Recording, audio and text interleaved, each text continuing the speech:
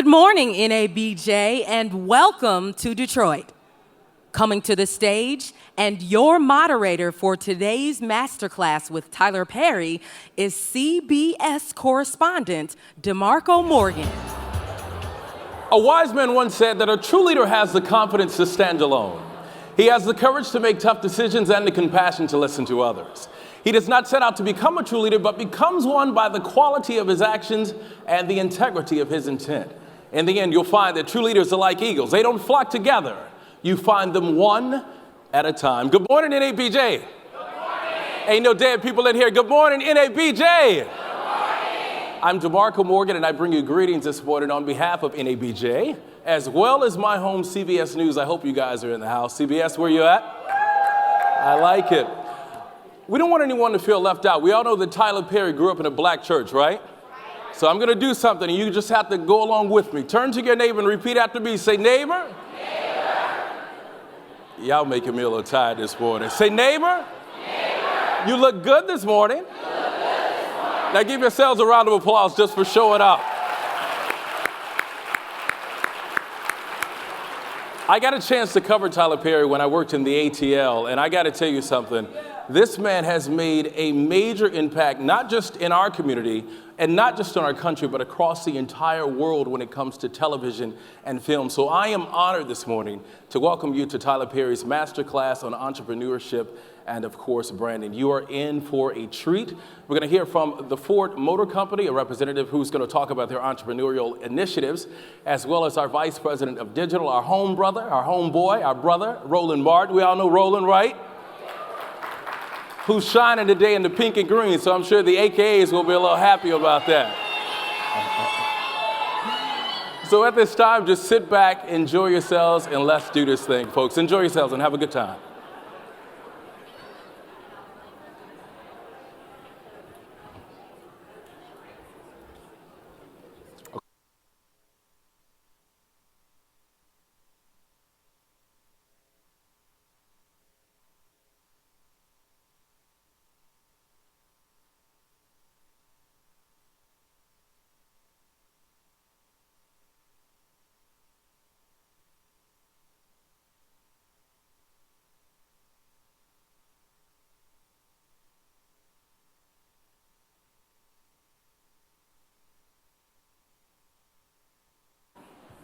Good morning. Hi, everybody. Welcome to the Motor City. I am Raj Register, and I am here representing Ford Motor Company. I couldn't be more excited to be here, not only to represent my city, my hometown, but to represent a company that is born and bred here. I actually went to King High School, so for those that are from Detroit, I went to school down the street, so I'm super excited about that. So today, I could not be more honored and more just excited to see all of you. I was out in the hallway and I saw the line like wrapping around the whole place. And when I had to get escorted in, and so someone, her name was Pamela, Pamela was like, wait a minute. And so I'm like, it's just me, I'm just here to talk about Ford. So Pamela, thank you for holding it down. Okay, so I'll stick to the script. So on behalf of Ford, it's an honor to be able to stand here before you to speak to an incredible group of influencers, media, and icons. I went to the president's reception last night. You guys looked great. It was an amazing event, so thank you for welcoming me. It's even more of a special occasion to be here as a corporate partner. This is something that most corporations you don't get a chance to do, to represent people that look like you in such an important way. So thank you, Pamela. So as a resource and a platform, NABJ is truly a place where connections are made, relationships are forged, and dreams indeed really do come true. I was one of those students. I spent time in the Renaissance Center as a Ford Explorer. My past life, I'm actually an engineer, and then I switched over into marketing. But in this building, Ford Motor Company backed me and my dreams of STEM and really just helped me take myself further. So I definitely appreciate that. So as a partner, when I think of all the many things that NABJ represents, one of the things that I found particularly impactful is just the commitment to education, self-empowerment, entrepreneurship, and just dreams of making sure that all of you have an opportunity to be here in these type of workshops and sessions at this fair. So advancing dreams is something that I mentioned earlier is very important to us at Ford Motor Company. We believe everyone should have an opportunity to realize their potential and their dreams. And that commitment is magnified when it comes to supporting our youth in our communities and for those that are, youth of color in some of our challenged environments. So our support and commitment and advocacy on issues like financial empowerment, entrepreneurship are just one way to seed into the young lives of, some of you people here. We were just at Essence Festival about a month ago, and we flew in 10 entrepreneurs to pitch their businesses and their ideas for a chance to win a Ford Explorer. And it wasn't about the vehicle, it was just about how can we as a company help these ladies go further. So you'll see that socially online pretty soon, but it's something that I'm very passionate about and I feel, a great deal of connection to. So at Ford, we have a theme called Go Further, and it will be displayed today with Tyler Perry in this masterclass. Like all of you, I too look forward to listening to and learning from his expertise on entrepreneurship and branding. I think you guys are going to be in for a huge treat, and I'm also looking forward to just sucking in that knowledge and learning. So on behalf of Ford, I wish you continued success on your own personal journeys, and I wish you the best in life and your career. So enjoy and have a good morning.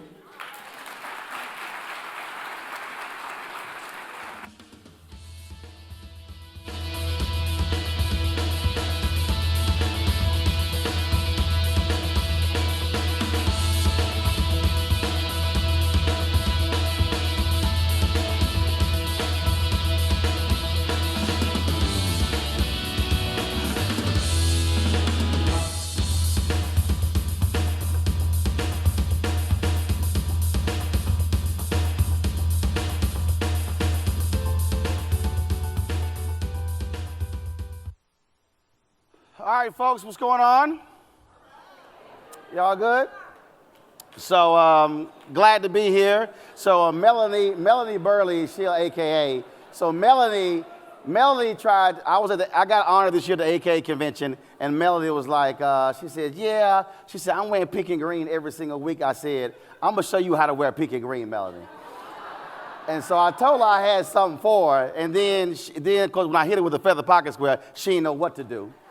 And then, of course, I hit her with the pink socks. She really was sick. So Melanie, this is what happens when you talk smack to an alpha. All right. So why are we doing this conversation with Tyler Perry? So when the board met here in Detroit in March, we were talking about speakers and coming to the convention. And so as we're sitting in the board meeting, I sent Tyler a text and I said, hey, our convention is happening in Detroit August 1st through 5th. I want you to come and speak, but I don't want you to come talk about Medea.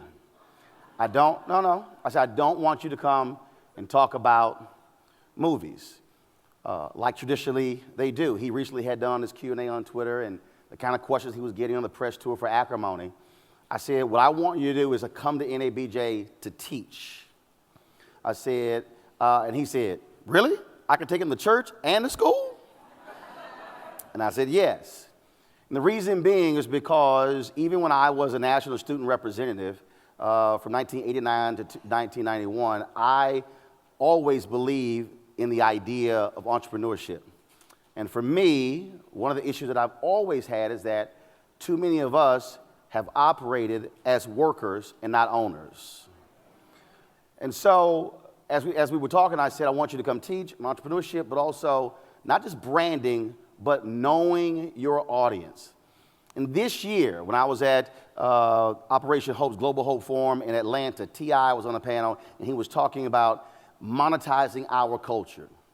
I was at Essence, and Richelieu Dennis, the brother who purchased Essence Communications, he talked about monetizing our culture. And the reality is, African Americans are the trendsetters in America. We are the tastemakers, but other folks have made billions off of our culture. And what I've always appreciated about Tyler Perry is that black people made Tyler Perry rich. Tyler Perry, and this is important, Tyler Perry did not seek the validation of white America to cross over. He said, no, I'm going to cultivate my people, and that's the reason he has been successful as he has been. And so we wanted to have him come and teach this particular session, because moving forward, that's really where we have to be. Also sitting in front, and let me be clear, I want to warn y'all right now, don't freak out, because he is here to learn. He is here to learn about media, learn about various ideas. Put your hands together for Chance the Rapper.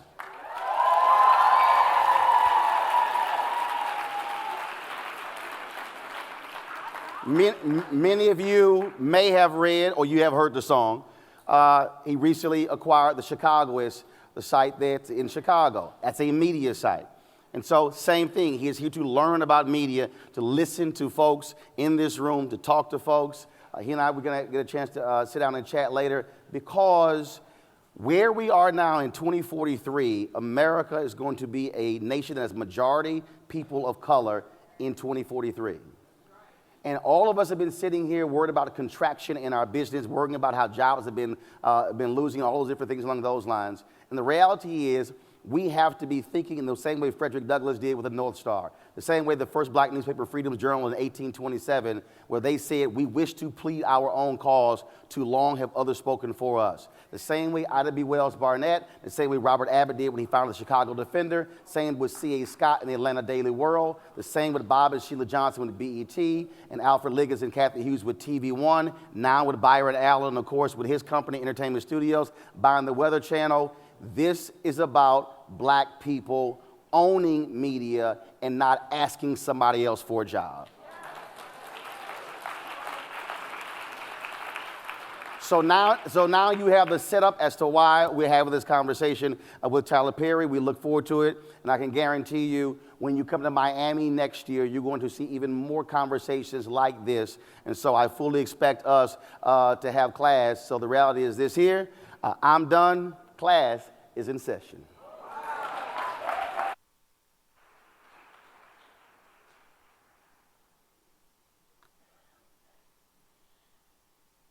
How do you begin to introduce a Tyler Perry, the recipient of countless awards and honors, your speaker of the hour this morning?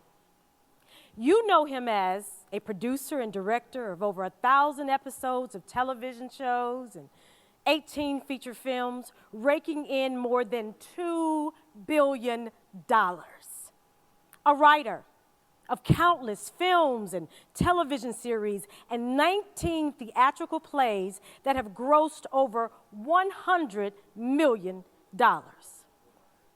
As an author of the iconic character Medea in his 2006 bestseller, Medea's Uninhibited Commentaries on Love and Life, and in 2017, Mr. Perry published his second book, Higher is Waiting, which is presently ranked top 5 on the New York Times bestsellers list. You know him as an entrepreneur. Tyler Perry has sculpted an entertainment enterprise, notably acquiring a former U.S. Army base, and has transformed it into Tyler Perry's Studios, affectionately known as Tylertown, Atlanta's premier studio, raking in over $900 million. Hello, NABJ!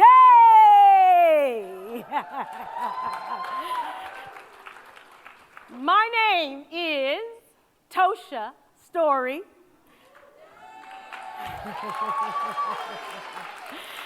And I got to give a quick shout out to all the Greeks, specifically my sorors, DST. I had to do that. Thank you so much for having me today. I am delighted to share with you in Mr. Tyler Perry's masterclass this morning. We just talked about him as the mogul. I happen to know him as a man, a humane human being. I've had the privilege of, and the honor of working with Mr. Perry on If Loving You Is Wrong, hit series on OWN, as Tilda, and most recently the movie Acrimony as the older sister Brenda. And in my encounter with Mr. Perry, I find him to be authentic, compassionate, hardworking. I mean, really, he can shoot an episode, and does, in one day. I don't think he ever sleeps. Maybe when he goes on vacation, I'm not sure, but he works hard. He is spiritually grounded, so down to earth, and he's professional. He is absolutely about his business. He gets the job done, as you can see with everything he produces and writes. I got the experience of dealing with him in terms of philanthropist. As we know, he is a philanthropist on every level. But quick story. I'm shooting If Loving You Is Wrong with Mr. Perry, and we wrap the session of the series. And at the end of the day, of the workday, and of course we get paid when we work as actors, right? At the end of the workday, he says, I want everybody to get $5, and I want you to sign your name on it, and I want you to put it in this bucket. The first 25 people that I pull, I'm gonna give $1,000 to. I was like, what? Okay. So I'm running, getting $5, we throw it in. He pulls name after name after name, and my name doesn't get pulled in the first batch, but I'm looking at this man going, you don't have to do this. We get paid to work, and now you're giving us extra. Then he says, you know what? I want to give another 25,000. So next 25 people, and he talks to his executive and goes, let's give another 25. He was like, man, we don't have any more money. He's like, go get it. As they did. And that evening, he gave an additional $50,000 to all of us. And that's such a random act of kindness that he didn't have to do. And it confirmed what I already knew about this man. He is one of a kind. Real quick story on a personal matter. I'm going through a little heartbreak or what have you, and I know him as a counselor. So I'm talking to a friend of mine, Taraji P. Henson, and we're talking about what I'm going through. And,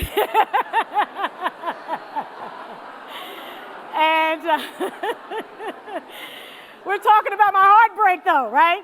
And so he said, we should call Tyler Perry. And I was like, no, I'm not calling Tyler. He does so much. He don't have time to deal with me. And so then I said, you know what? Because I need help. I texted him, and I said, hey, Mr. Perry. Well, I said, Tyler, listen, I'm going through some problems. I know you're busy. I know you got a lot going on, but I need to know if you can help me through this. If not, I understand. 5 minutes later, he calls me. What's going on with you? And he counsels me through this issue. And it confirms what I already knew. My God, what a man. And I can go on and on and on, but I won't.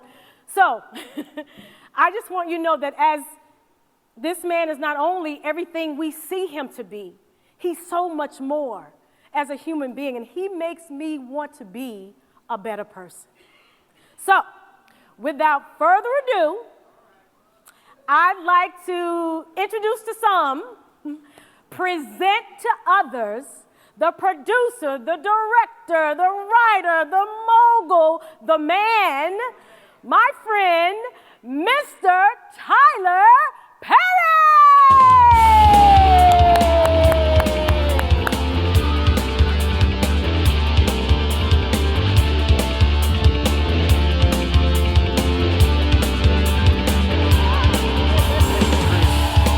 Oh, God bless you. I know they want to surprise you.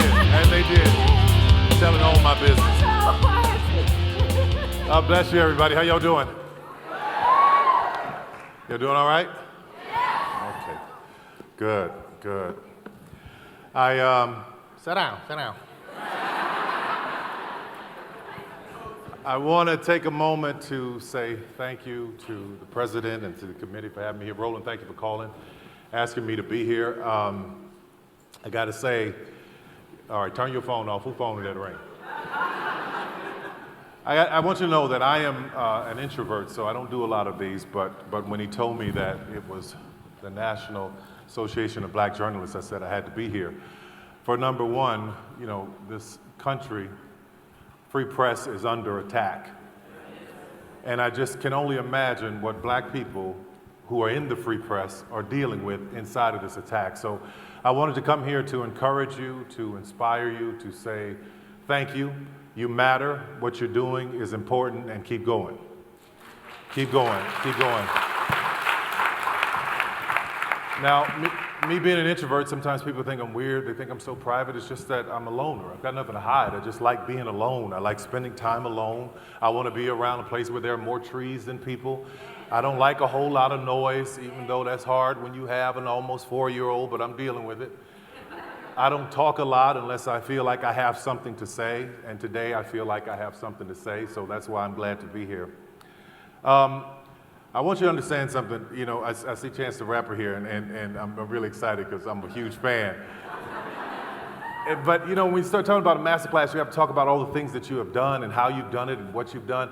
And, you know, I've been in this business for 25 years, and the difficult thing for me is to go around saying what I've done. Now, listen, I love these hip-hop artists. Man, I love y'all. You don't do this as much as the others do. They're like, you know, I be getting to the money. Everybody, man, hey, you know. They can brag, they can boast, they just talk about, yeah, I dropped the top out the Maybach. I dropped the top out the Maybach. I'm not about to cut a hole in a $400,000 car. But I respect these guys because they have this vibrato. They can say what's on their mind. They can tell you, yeah, I did this and I'm proud of it. For me, it's a little bit different. I'm grateful to God for everything He's done, but being an introvert, I'm uncomfortable with talking about what I've managed to do. And truly, it has been incredible. It has been something that a lot of people have wanted to do, but for some reason, it fell on me to do. It's been tough, it's been a burden, it's been hard, but more than anything, I don't regret it. I'm gonna keep going, I'm gonna keep climbing, I'm gonna keep believing for more from God. So, before I show you this video that I put together so I don't have to talk about myself, I showed you a video for a little bit, but before I do that, I want to tell you I've been on vacation, and I just literally got off the plane on Monday from a 24,000-mile trip around the world. I was on a spiritual vacation because I started to feel a little bit of unappreciated and taken for granted, and it's a horrible feeling, so I just went to spend some time with God. And I ended up in Australia at the Hillsong Church Conference, and I ended in Greece tracing the steps of the Apostle Paul. So if this speech takes you to church, I just need the believers to go with me, if you will. Is that all right? So take a look at this, and it'll show you what I've done. Benjamin Crump, good to see you, my friend. Take a look at this, and I'll be right back to you. Take a look, guys.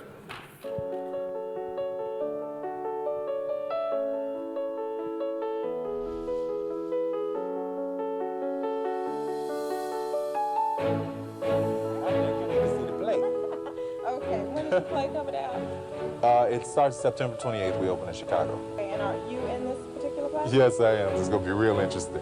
But I think we're going to work it out. 25 years in this business has been such a blessing. It all started on the stage. Okay, so the show's getting ready to start up again. I'm going to go out at the end and say hi.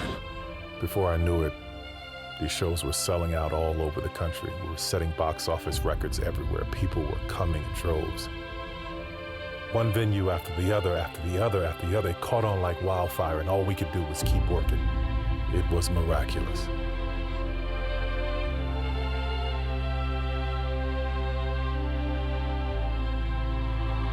We couldn't add any more seats to these theaters, so I had to find a way to reach more people. That way would be taking it from the stage to the studio to film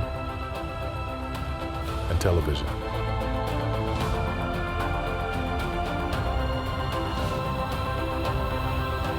We were outgrowing these buildings faster than we could put sheetrock up. We needed more space.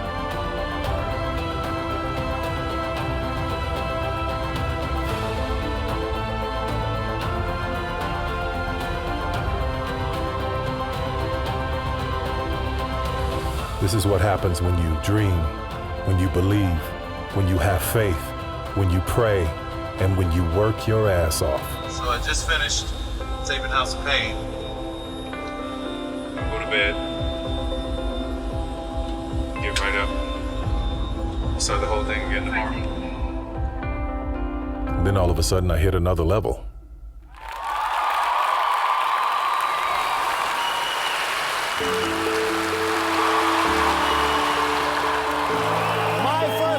Is one of the most influential and prolific entertainers on the planet. He's an actor, a writer, Director, producer, I'm gonna say it, entertainment mogul. Written, directed, and produced by one man, Tyler Perry. You have built from nothing, really, a really substantial business. Went to all these different studios and networks, and I'm told black people who go to church don't go to movies, so we don't think your movie idea is gonna work. It was a wake-up call, but it also, as negative and horrible as it was also a great thing for me, because those kinds of moments become fuel for me. They become the thing I need to say, I'll show you. And no sooner than I had seen one vision through, there was another vision that came through that I had to press for, that I had to push for, that I had to go to the next level.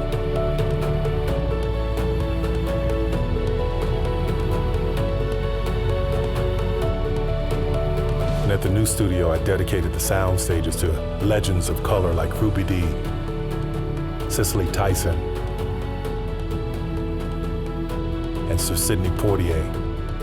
It was spectacular.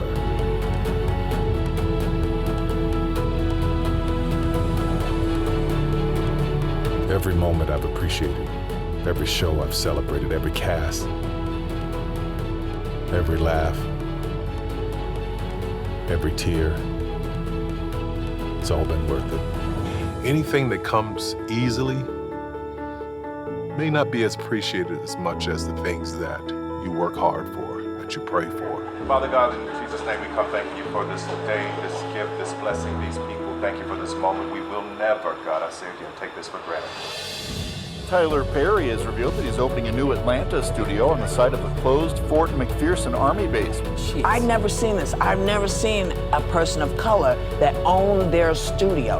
He owns, okay? It's not like he's leasing. He owns. He built it. He hires folks all through Atlanta, makeup artists and wardrobe people. That's a wrap on this crew, man. Y'all killed it. Thank you. Look at the crew. Look at the crew. And it's his, and he keeps expanding it. It just made me so happy. I wanted to use my gift to not only make us laugh, but to make us think. I wanted to use film to not only entertain, but to let us know we don't have to wait for somebody to greenlight our projects. We can create our own intersections.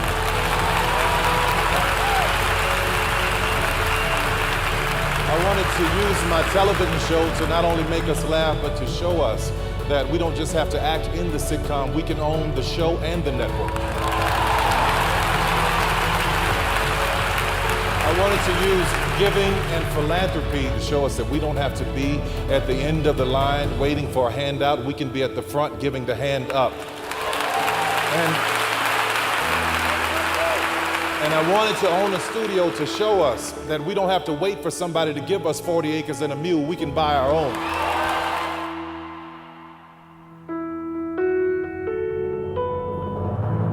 Thank you for always reminding Hollywood that I'm your boy and y'all got my back.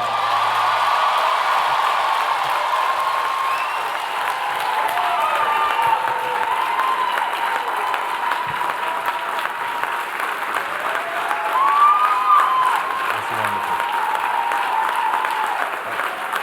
Thank you. Thank you. That is from working with black folks. I got to tell you where all this started for me. When I was very, very young, my father was a subcontractor, and the man had an incredible work ethic. I talk a lot about him, but he had an incredible work ethic. And he would build these houses, and he was so proud of these houses that he would build. He was a subcontractor who had other people working for him, so he would come home on Friday, and he had just gotten paid. He had maybe $1,500, $1,800. He'd bring it to my mother. She'd divide up the money for all the other workers that he needed to pay, and he would get the rest. And sometimes he'd have $800. And he was so excited about having this $800. Then he'd pack us in the car and say, come on, let me show you this house I built. We all go over and look at the house that he built. And it was a beautiful house. And then about 2-3 months later, we see that the house was sold. And he come in the house, he's talking, he's like, yeah, you know, that house I built, it's sold. Mr. Charlie made $80,000 on that house. And I would look at, as a little boy, look at the $800 he made and look at the $80,000 that the white man made. And I would say to myself, well, why won't you invest in yourself and start your own business? I remember telling him and my mother that when I got a little bit older. My mother was like, absolutely not. I have paid $116 a month for this house for 30 years. I am not mortgaging it. This house was $16,000. I will not be mortgaging it. But got to understand where they came from. They came from a Jim Crow South. They came from a place where only white people did well. I mean, deep, deep South in rural Louisiana. And here I come, a generation after that, seeing it differently. So I took that lesson, I took that example into my business. I took it into what I was doing. I took it into building a brand. The brand. Well, what was my brand? My brand was Tyler Perry. So all I had was myself. I take a lot of flack for Tyler Perry's name is on everything. What the hell's wrong with him? Is he full of arrogance? Why is his name on everything? I was building a brand. I've never seen Walt Disney apologize for having his name above what he was doing. I've never seen Coca-Cola or Ford or anybody else apologize for putting their name on something. So I was building a brand. So there I was in this moment, building a brand. I started doing these plays. And there was a Mama on the Couch play on every corner back then. I mean, in the late 90s, early 2000s, there was these kind of plays everywhere. And I had to do something to delineate what I was doing differently, because most of them just had two pieces of plywood and a sofa on the stage. Y'all have been to some of them, you know what I'm talking about. And they got their sound system from Rent-A-Center. So I wanted to take a moment to try and elevate what I was seeing. So I started working on this brand, and I started doing these shows. And people started coming. Now, the first 7 years, nobody showed up. But all of a sudden, in '98, things started to change. And Roland told me not to talk about Medea, but I can't talk about Medea without talking about this moment. So then I get to Medea, this character, ridiculous, over the top, big dude, 6'6" in a dress. What's wrong with him? I heard it all. But inside of the Tyler Perry brand, there was another brand being built that I wasn't even expecting, a Medea brand. I saw Eddie Murphy do the clumps. I said, I'm going to try my hand at a female character and see what happens. And that's what I did. So I started doing the show, and people were laughing. But I was talking about serious subjects. I was talking about serious subject matter. I was talking about things like child abuse, sex abuse, getting over things, forgiveness, and family. And I realized that this ridiculous character and these jokes were the anesthesia to talk to our people about things that had been destroying us that nobody had else been able to do up until that point. So I realized the power of what was happening, and I had to focus. Let me tell you something, if you're going to build something special, you've got to focus. You've got to hyper-focus on what you're doing. Focus. So my focus was about getting this studio built and holding the door open for somebody to come behind me. So that was the focus. Inside of the focus, I'm doing all of these shows and doing all of these things, trying to get to the goal. So I'm working, trying to get to the goal. Stay with me. I'm going to tell you something. It's going to really bless you if you really catch this. And I'm not talking to everybody in this room. There's some eagles in this room who are doing some different things, who are trying to go higher. You are the reason that I'm here. Now, God bless the rest of you. I get it. I understand it. But if you're an eagle in this room and you are listening to what I'm saying, I promise you, if you take this advice, it will take you to the next level. Just stay with me for just a second. So there I am, focusing on what's happening in my life, focusing on the work. Medea, hello, how you doing? Silly, but funny, but messages that people were getting. And I started getting, this is before Twitter, Facebook, Instagram, before all of that stuff. God, I miss those days. But this is when I would just get letters from people. I got a letter from a woman who said, you did in 2 hours what my family has been trying to do for 12 years. My sister is leaving an abusive relationship because she saw Diary of a Mad Black Woman. I got another letter that I never forgot, sent chills up my spine, even to talk about it sent chills. There was a woman who had gathered her children and brought them to a hotel, and she said, I was going to commit suicide. And I asked my kids, what do they want to do? Anything they wanted to do that day, we were going to do.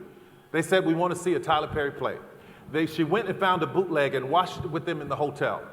Was laughing so much. She said, after I watched it, I felt like I had hope and I no longer wanted to kill myself. So I realized the power in what was happening.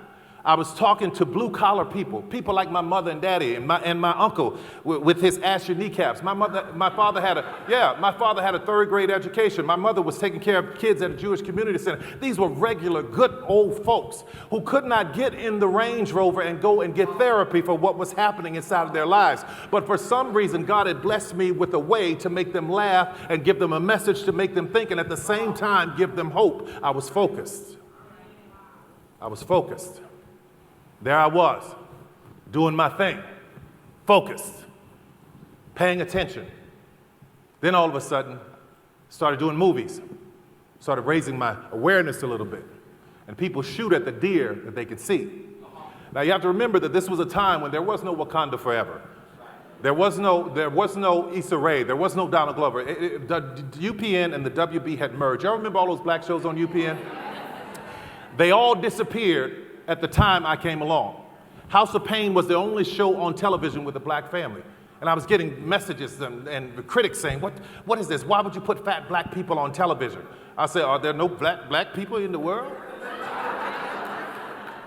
And I started hearing all of this stuff. And Spike Lee, somebody who's an artist, who I loved his work. He's a coon and a buffoon. Like, what? Like, what's going on? I'm focused. I see what's happening for the people, my people, the ones I grew up with, the people I know, and this stuff is happening. What is going on? But I kept my focus on where I was going.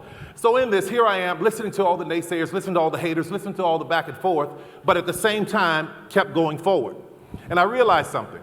When I was hearing these stories about what's best for black people, I realized that this isn't something new. This has been going on for many, many years before we got to the planet.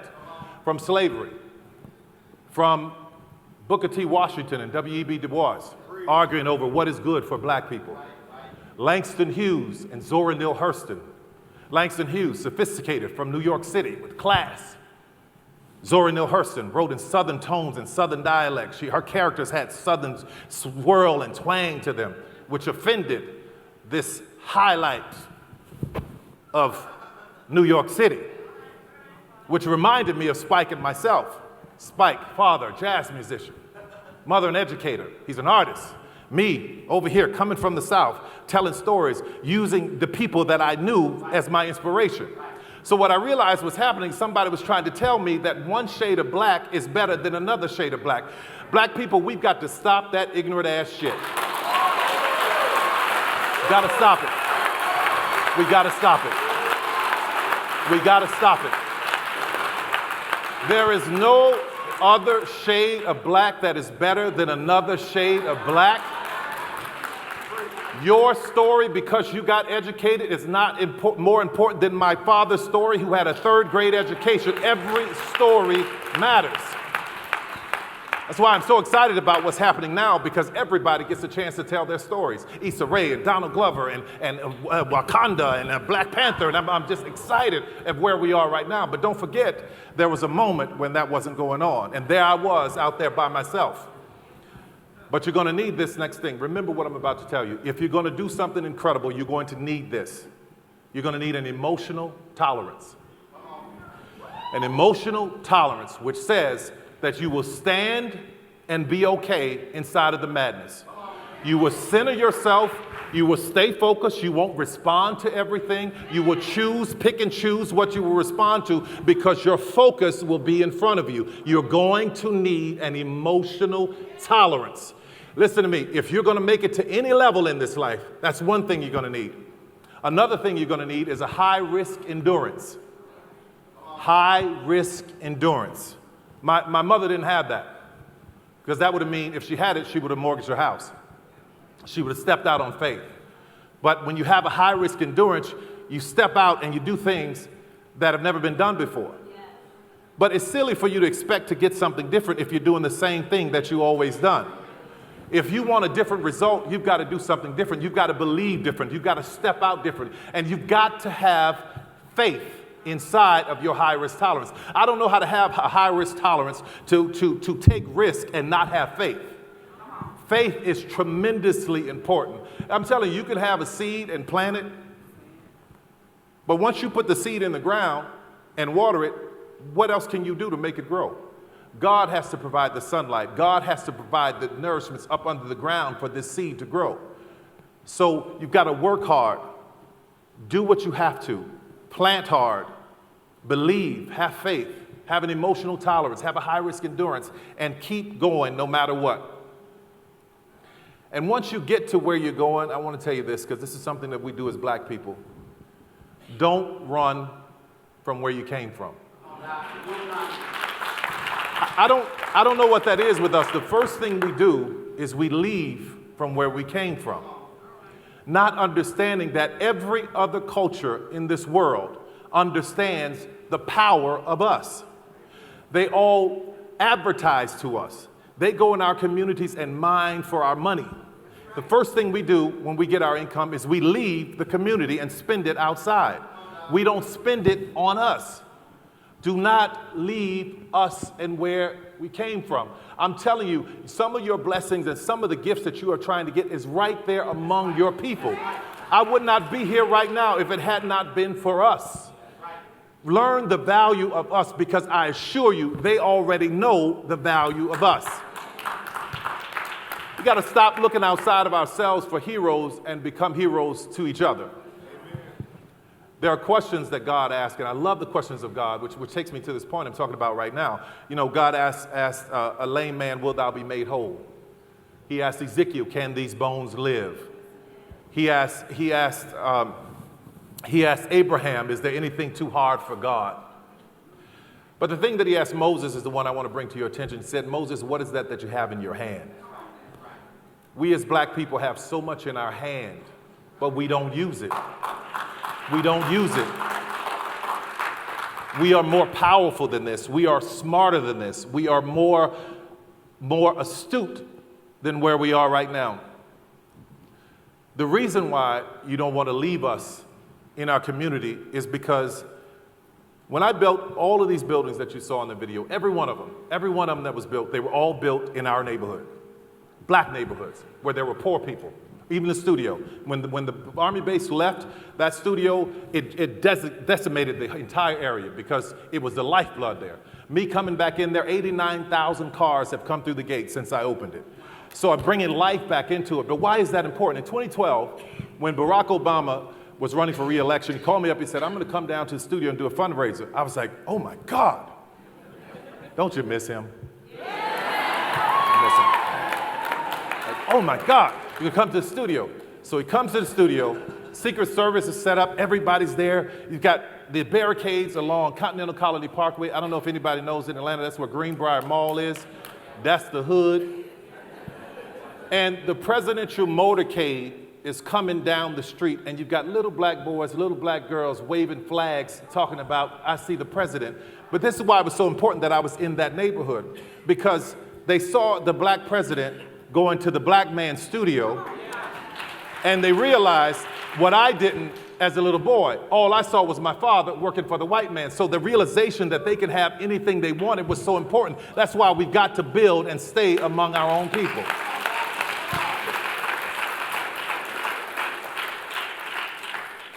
I'll never forget it. It was so powerful, so moving. Let me tell you something. I called everybody in this business, in the show business, that's doing something. I say, "Hey, come sit down, let's talk. I've learned something." Maya Angelou said it, "When you learn, teach." "Come here, let me talk to you about ownership." I call them all. 99% of them don't return my calls. But it's okay, because everybody doesn't have a high-risk tolerance. Some people are comfortable where they are, and that's okay. But I do like my grandmother did, who would always go through the family looking for the one. Yes, sir. "Are you the one? Yes, sir. Are you the one? Are you the one?" And she knew that somewhere along the way, somebody was coming to change the entire destiny of the family. And for some reason, it fell on me. And for some reason, it fell on some of the people in this room. You are the one. You're sitting at a job wondering why you're there. You're sitting there worried. You're sitting there knowing that this is not all there is for you. You are who I'm talking to. The ancestors have prayed for you to be able to get.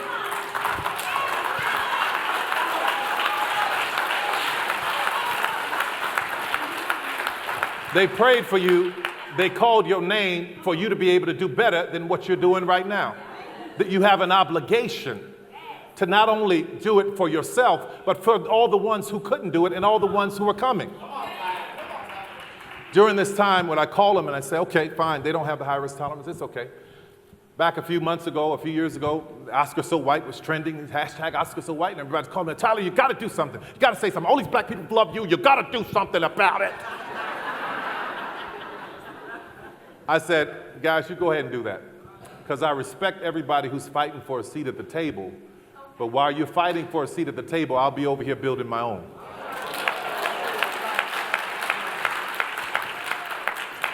Because when you sit at somebody else's table, they can tell you what to eat, when to eat, and how to eat it.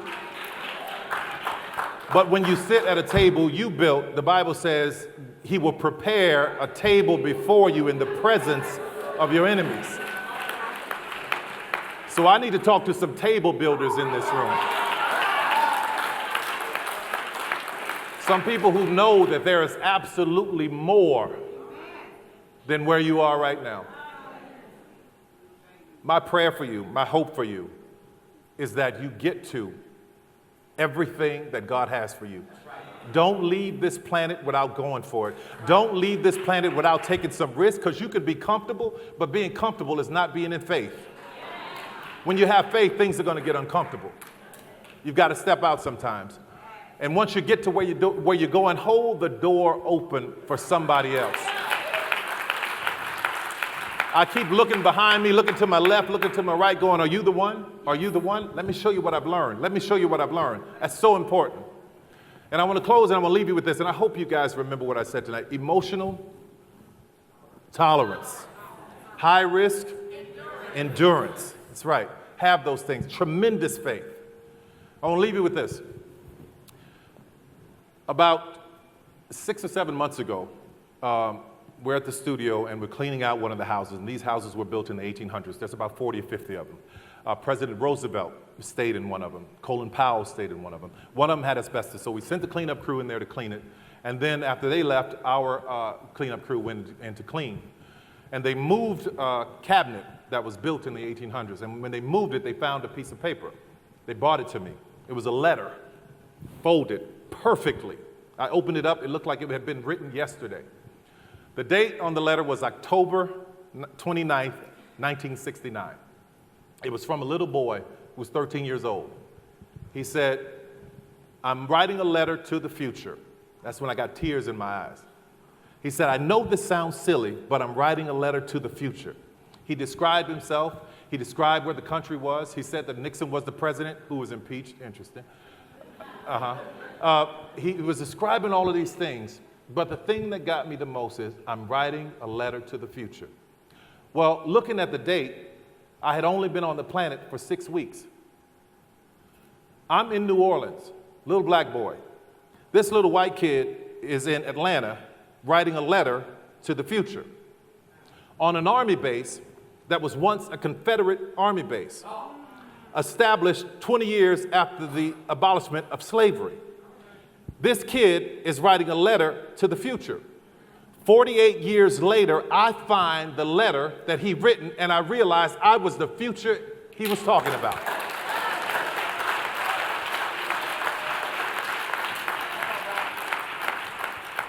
I came here today to be your future, to be your letter, to be just an example of hope. Listen to me. I came from nothing.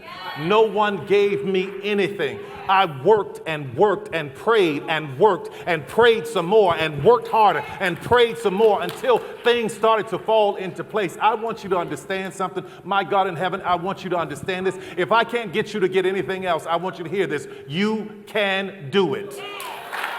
You can do it.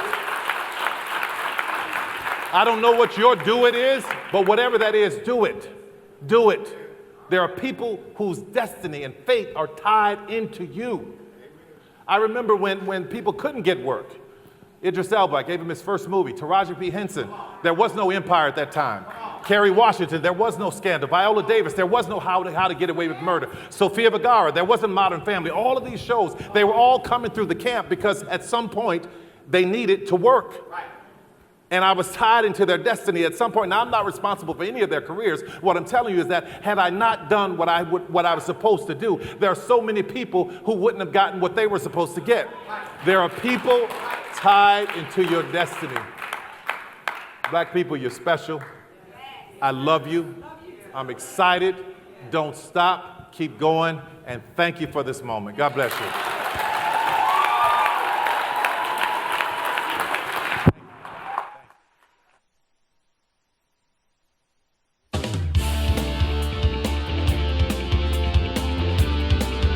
Hey, BJ, we can do better than that. Let's give it up for Tyler Perry. Dude, you're amazing, man. Have you guys been blessed? All I got to say is the doors of the church are now open. Everybody say amen, right? Get the offering first. He said get the offering first. Get the offering first. Have a seat, Tyler. Thank you so much. You guys have a seat. First of all, we are so proud I like of them you. Pumas, man. Hey, I'm trying to keep it with you. Let me hold something.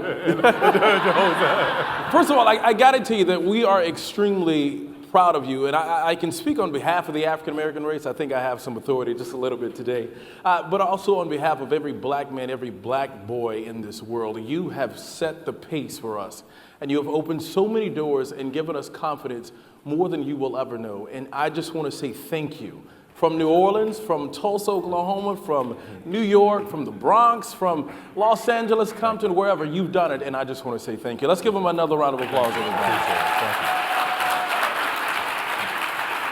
All right, so now it's time to talk. You know about ATL Shorty. He represents the A so well, pretty much owns Atlanta. That's what I like to say, and owns this world.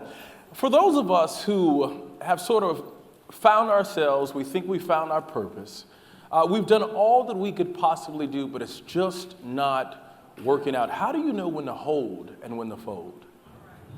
I'm not the person to ask about knowing when to fold, because I didn't know. I just knew down inside of me that this thing. Let me tell you something. If you wake up with it every morning and you go to bed with it at night and you can't shake it, and no matter what you do, you can go get a job, you can go travel the world, it is still in you, it's in your heart, it's in your presence. You'll never be able to shake it. So go for it. Go for it. And at least for me, if I wouldn't have, I don't know where my life would be, man. I'd be so miserable. So I tell people, go for it. I'm not the person to ask about when to give up, because I don't know. I'm relentless. I love that. Yeah. So when people do say that, I've done everything, I'm hitting a brick wall, when do you know that that's your purpose or you need to try something else?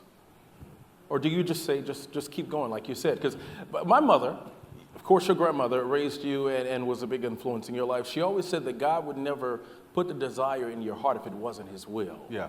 What's your answer to that? Well, that depends, because there's some desires in the heart that ain't his will. but no, all I can tell you about is for me, like during the plays in the early days, I mean, man, it was tough. It was tough. I would go out and 30 people would show up. I had my rent payment, car payment, everything, ended up homeless out on the street. I was doing one performance a year. I would go get a job and they would tell me I couldn't take time off to go do the play, and I would have to quit because I would hear the voice of God say, quit, step out on faith. But it was a different time for me that I didn't have a child. I don't know if I could do it if I had a family and a child that I was concerned about. But in that time, it was just me by myself. So if I'm going to sleep in my car, then so be it, because I'm going to see this thing through. And I love to be able to go to God and say, listen, I did everything I could. Now, where are you? When you lay that out like that, when you know you've done all you could, then what else can you do, right? Wow. Yeah. So make sure that you have exhausted every effort to get there before you say, I'm done. All right, and don't let people, let me tell you this. Talk about people. Don't let people stop you. Don't let naysayers stop you. Even the people that you love. My mother told me, listen to me, my mother loved me more than anything on this earth. And my brothers and sisters will tell you I was her favorite child. And they will. And when the play didn't take off, I was at home, I was upset, and I had rented a van to drive on her credit card, Lord have mercy, and didn't make the money to pay for it at the play. and it was $300. She cussed me out left and right about that $300. And she said, stop doing these plays, you're never gonna make it. Go get you a job at the phone company, making you about $300 a week, and your life will be all right. But that was her vision for me. That was where she came from. But I know that what God had for me was way more than what the person that loved me the most had for me. Do you understand? As far as a vision goes. So years later, when I was doing really well and taking care of her, and got a new house, she said, babe, I'm so glad you didn't listen to me. Right, yeah. So how do you be true to yourself when it comes to branding and sort of not being concerned about people who may call you a sellout at some point? Yeah, focus, number one, complete and utter focus, and realize the purpose of what you're doing. If what you're doing is helping and uplifting and motivating, and you see the purpose and you're clear about it, then you have to drown out the noise. That's that emotional tolerance I was talking about. You've got to drown out the noise to be able to go for what you're doing, because if you start to get swayed by people's thoughts and opinions and what they think and what they say, then you're going to end up in another direction. It's like the wind. It's a boat without a rudder or a sail. If you're trying to get to a destination, you can't get there unless you have the right sail and the rudder. So when the wind blows, you can stay on course. Otherwise they're going to blow you every way that they want you to go. So what about having people in your corner? You didn't get here alone. You got here with the help No. of so many people. Right. How do you know how to sort of rid out the good versus the bad? Well, it's not even good as bad as much as it is just people that are there for a season. Some people come in your life, I say this in my book, some people come in your life for a season, and you have to understand that. I think we get in trouble when we try to take people to levels that they are not ready for. They were only supposed to be with you for a moment to help you at this level of your career, and now it's time to graduate to the next better level. preach, man. No, really. It's time to graduate to the next level, but we feel so much loyalty and so much of a sense to them because they came along with me. But if you drag them up to that altitude, I don't know if you know anything about altitude sickness, but people who can't breathe at certain air will die. So you can't pull people up to another level that they're not ready to go. And listen to me, I've had to make some really hard choices with some really good people that I cared a great deal about, but I knew that they couldn't take me where I needed to be. And does that include family? Oh, for sure. For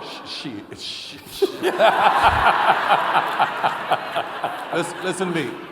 I love my family, but everybody had to go get a job. Right. I am not the sole support. You are not going to count on me for everything. I'm not going to do everything for you. And I refuse. And I have family members. I said, listen, if you don't go to work, I'm cutting you off. I'm not giving you anything because I am not welfare. I'm not the government. And if I got to work and get up every day and go do what I have to do, then you have to do the same thing too, right? Right.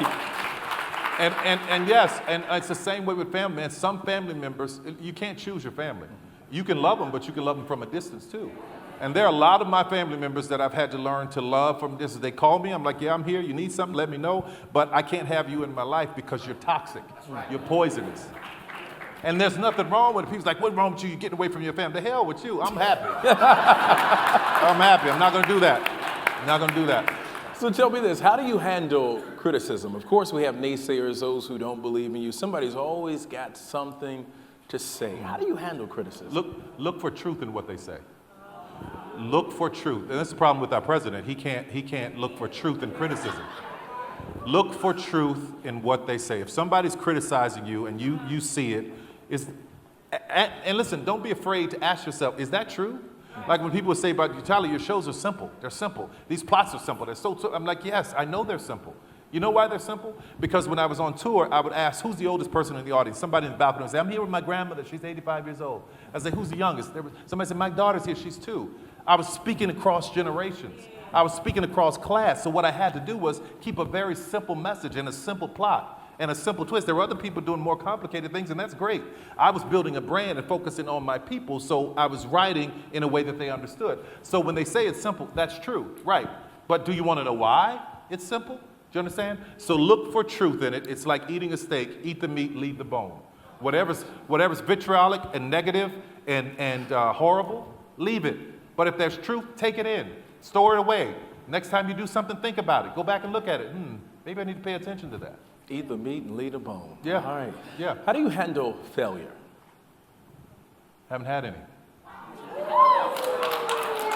Haven't had any. And I tell you, and listen, that's not bragging. I'm telling you the truth. The first show, when it didn't take off, I was devastated, broke, hungry, homeless, people would think that's a failure. But it was a setup for the next thing. And everything that I thought was there to make me fail and destroy me was something that made me stronger and better. So failure is a prism. It's how you look at it.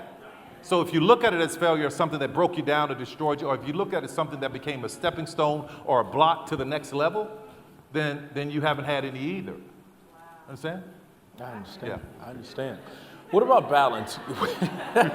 He's schooling the hell out of me, isn't he? Hey, I'm just listening. Hey, you answer the question. What about balance when it comes to making money, keeping your money, and making your money work for you? Well, first of all, you have to respect what it is. You have to respect money for what it is. And I've always reinvested in myself, even when people wouldn't. This is the high risk tolerance I was talking about. If I made a bunch of money, I would put it back into myself. Even when we started doing the plays, if we didn't make money, I'd tell the promoter, keep it. Just as long as I can pay my rent, we'll go on and do the next show. No, you keep the money, we'll do it until I started to make it. If you're gonna make money your sole respect, you're gonna be in trouble. So, and you have to respect it, and you have to put yourself around people who know what you don't. When I started to make a lot of money, I knew that my sister couldn't keep doing my taxes.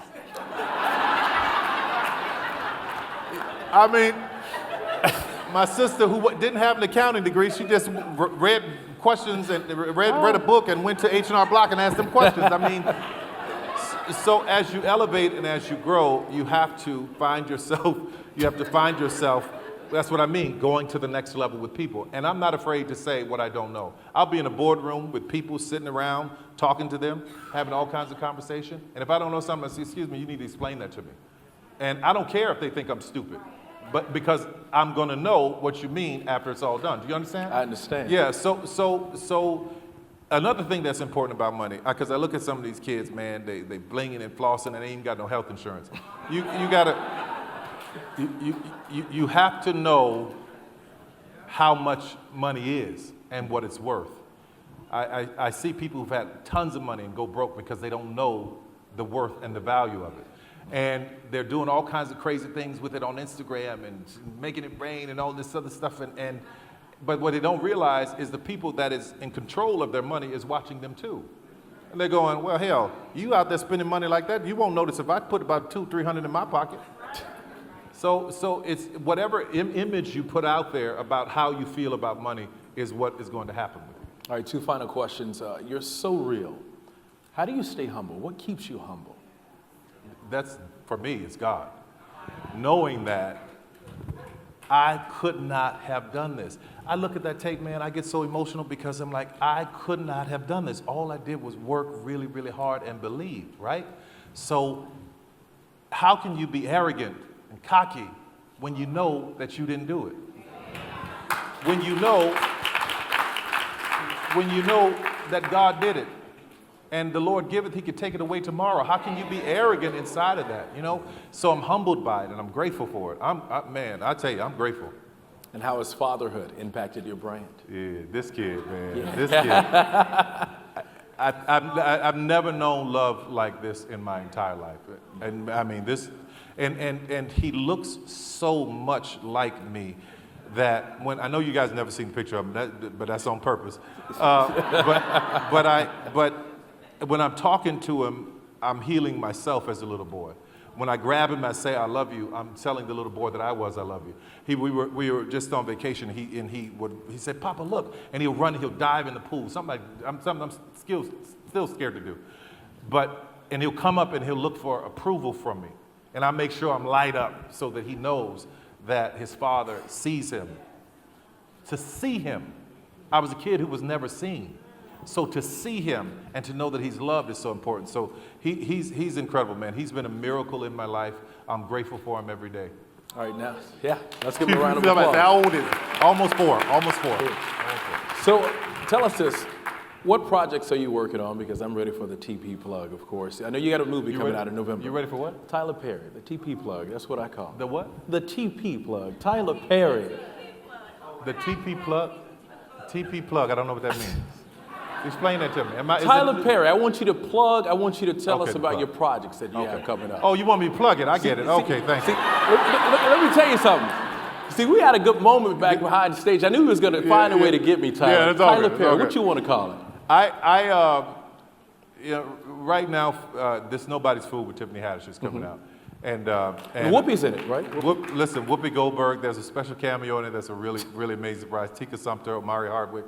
And it's a rated R movie, very different from me because I let Tiffany just go off.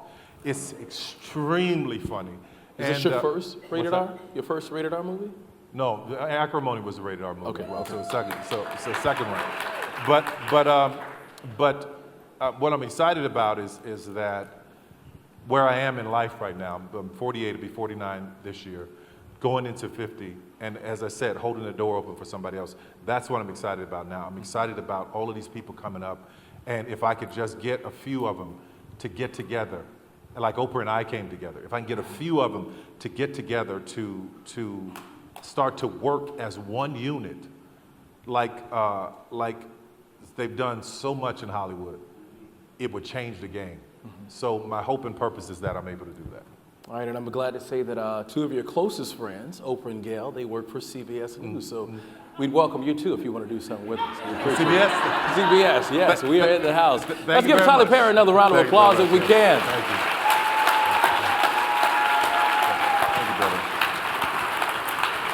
And don't forget to use the hashtags Tyler Perry NABJ and hashtag NABJ 2018. TP plug. I know not to say that again. I thank you so much. No. It's all Thank good. you so much. It's all good. Roland is stepping up. What's up? Right, so there's one last thing. Take a seat. One last thing. One last thing I want to say that while he's here.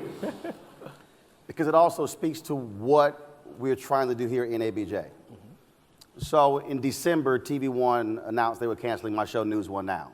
The last episode was December 21st. We had 4 years of this daily show. And as the CEO was talking to me about why they canceled the show, I was already saying who I was going to call, literally walking out of the meeting to launch my own show. And so we go to January, and I said, I'm going to launch this digital show.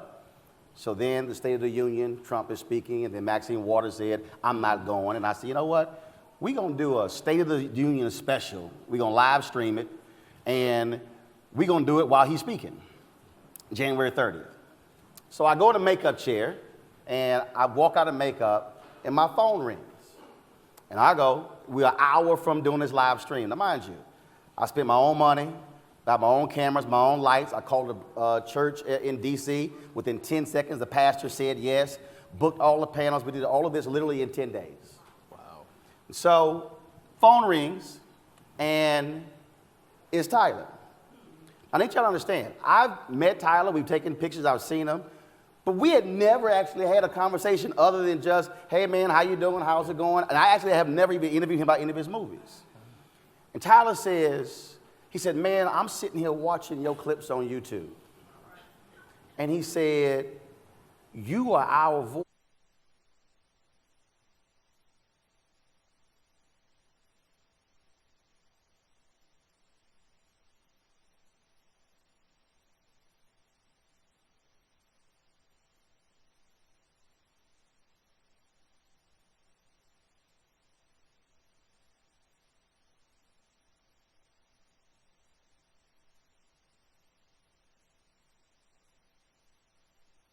On something, and I said, well, Tyler, as a matter of fact, I have an idea that I'm working on.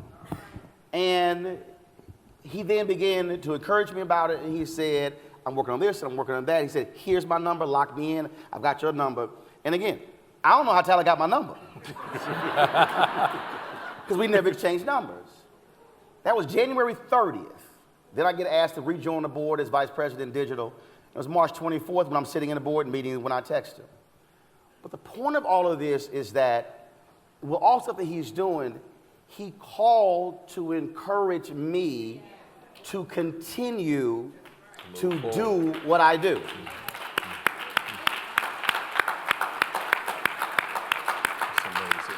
And that is why NABJ is here, is because we've had founders and members. When Vernon Jarrett would greet me at the convention, he would hug me, give me a kiss on my cheek and say, my hero.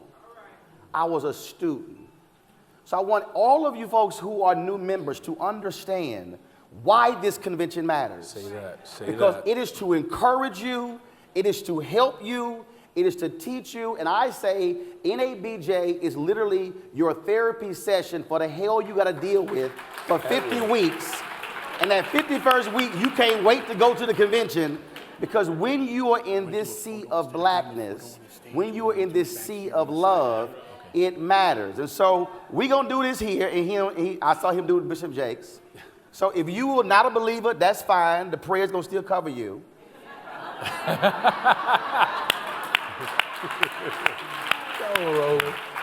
But we're going to close this out, and I want Tyler to pray over this audience to close this out. And Tyler, before you pray, so we can make sure we do our homework, don't forget the hashtag, and also Chance the Rapper is in the house. We're very proud of him as well for what he's done to our community. So thank you very much. Take it away, Tyler. Okay. Come on. Father God, it is with great reverence that we stop at this moment to say thank you. Father, we take none of this for granted, but we bless you for your anointing and your presence and your gifts. God, we thank you that you have blessed us. We thank you for your kindness. We thank you for your mercy. God, we thank you that we are standing where we are. Father, I pray right now that the words that were spoken here today will become seeds of life to your people, that they will grow up over their minds and take them into places that they've never been before. I pray that the Holy Ghost will continue to comfort and lead us throughout these dark days, God. We know that you are always the spot of bright light for us, no matter how dark it gets. We thank you for this convention, God. We thank you for a moment to fellowship one to another. You said where 2 or 3 are gathered, you be in the midst. So right now, God, we thank you that you're present here, that you are hearing us, that you every request that is in this room, God, you are making a way for. We thank you right now for this moment again, God. We'll never take it for granted, and we marvel at who you are. Bless us, keep us safe. As we travel home, we travel in your name.